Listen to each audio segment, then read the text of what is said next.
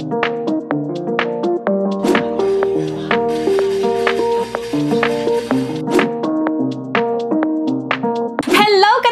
ayan, welcome back again sa aking Liz Tech channel. Ayan, Ate Liz is back again for another video. I think it's been 3 weeks since the last time I posted a video here, kaya naman na-miss ko tong gawin. And since I received a lot of requests na i-feature ang phone na to, kaya naman this video is for you guys sa mga nag-request ito.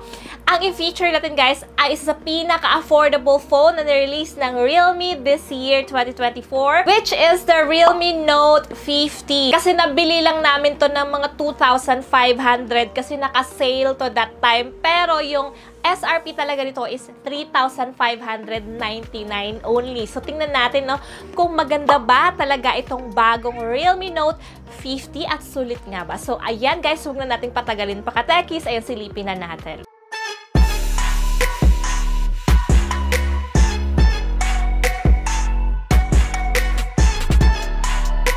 So there guys, makikita nyo agad ang phone itself. Ayan.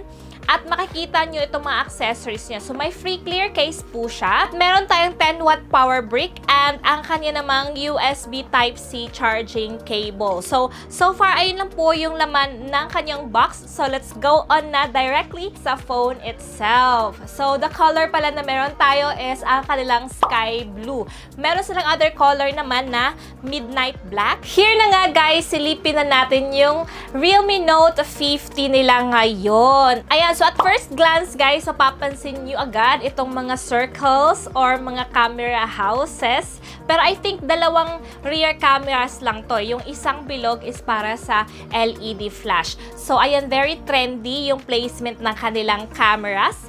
And then, makikita nyo para siyang may division. Ayan, kung makita nyo, glossy yung upper part.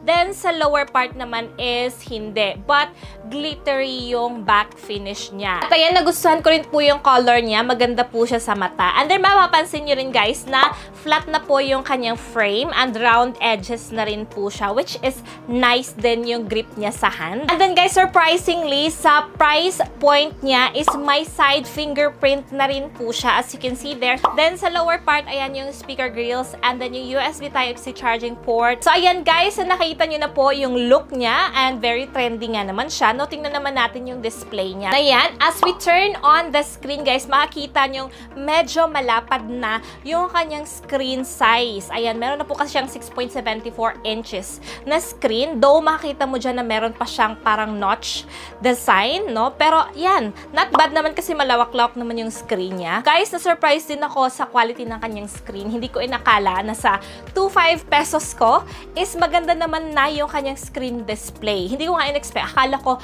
sobrang pangit kasi 'di ba sa price ba naman niya. Pero hindi ako na-disappoint guys. Sobrang ganda ng kanyang display, which is good. Ang kanyang mga icons din, hindi talaga tinipid. So yun, makita niyo naman dyan, no? As we scroll, smooth din siya guys. Ayan. And, pa-drawer din siya. Makita mo dyan yung mga other icons din, which is HD na. So based sa nakikita ko online, 90Hz daw yung display niya. Though, hindi naman nakalagay sa box mismo. Pero yun, 90Hz daw yung display ng phone na ito. Kaya, no wonder kung bakit smooth at maganda yung kanyang display. Now, titingnan naman natin yung other aspects nito. Like, for example, yung system niya, kung okay ba, kung maganda ba.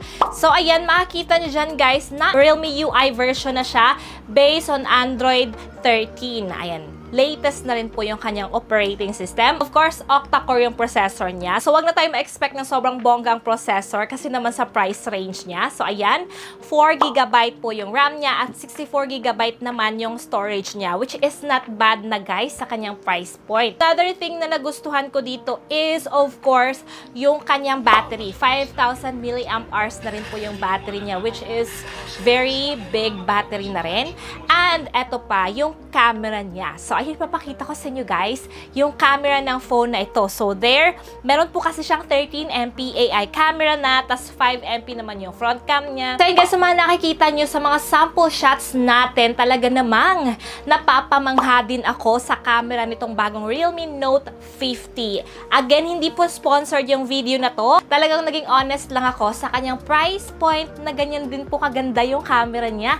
Even sa front cam na 5MP lang, vibrant at maganda maganda, clear din yung camera niya. So, ayun, hindi pa rin ako finail sa Realme pagdating sa kanyang camera kasi talagang competitive din sila. Ayan. So, yun nga lang sa video guys, wala po siyang video stabilization. So, wag nyo nang aasahan yun or expect yun sa ganitong price point na may video stabilizer yung phone kasi naman medyo mahal na yung kailangan nilang lens doon. So, ayan, at least nakita nyo guys na even sa camera shots ay talaga namang decent din ay pinapakita nitong napakabagong murang phone ng Realme, which is the Realme Note 50. So, I am pretty much impressed about the camera performance of this phone as well.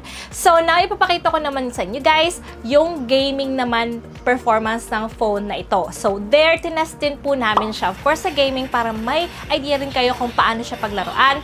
Then guys, there, nag-try kaming maglaro sa kanya ng Mobile Legends and makikita nyo agad dyan ang kaya po niya. Makita nyo high frame rate, diba? And high setting na rin siya.